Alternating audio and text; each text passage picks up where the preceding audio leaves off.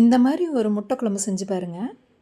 ஒரு மிக்ஸி ஜாரில் அரை மூடி தேங்காய் எடுத்துக்கோங்க, 2 துண்டு பட்டை, 1 ஸ்பூன் சோம்பு, 3 கிராம்பு சேர்த்து நல்லா நைஸாக அரைச்சிக்கோங்க.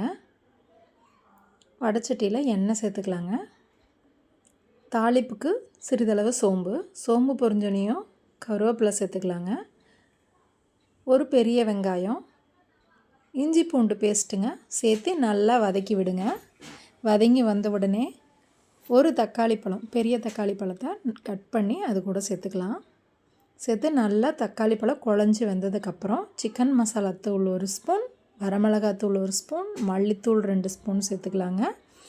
சேர்த்து நல்லா வதக்கி விடுங்க. அந்த எண்ணெயிலேயே நல்லா வதங்கி வந்ததுக்கப்புறம் சிறிதளவு மஞ்சத்தூள் சேர்த்துக்கலாம். மஞ்சத்தூளும் கல்லுப்பும் சேர்த்து ஒரு தடவை நல்லா வதக்கி விடுங்க. வதங்கி வந்ததுக்கப்புறம் நம்ம அரைச்சி வச்சுருக்கக்கூடிய தேங்காய் விழுதை இதில் சேர்த்துக்கலாங்க. சேர்த்துட்டு தேவையான அளவு தண்ணி கலந்து நல்லா கலக்கி விடுங்க. மிக்ஸ் பண்ணி நல்லா கொதித்து வரட்டும். இந்தளவு நல்லா கொதித்து எண்ணெய் தெளிஞ்சு வந்ததுக்கப்புறம் வேக வச்ச முட்டையை கையால் கீரல் போட்டு குழம்புல சேர்த்துக்கலாங்க. கொத்தமல்லி இலைகளை தூவி இறக்குனீங்கன்னா சுவையான முட்டை குழம்பு தயாராகிடுச்சுங்க. இந்த மாதிரி ஒரு முறை செஞ்சு பாருங்கள், சூப்பராக இருக்குங்க. அப்படியே ஒரு சப்ஸ்கிரைப் பண்ணியிருக்கேன்.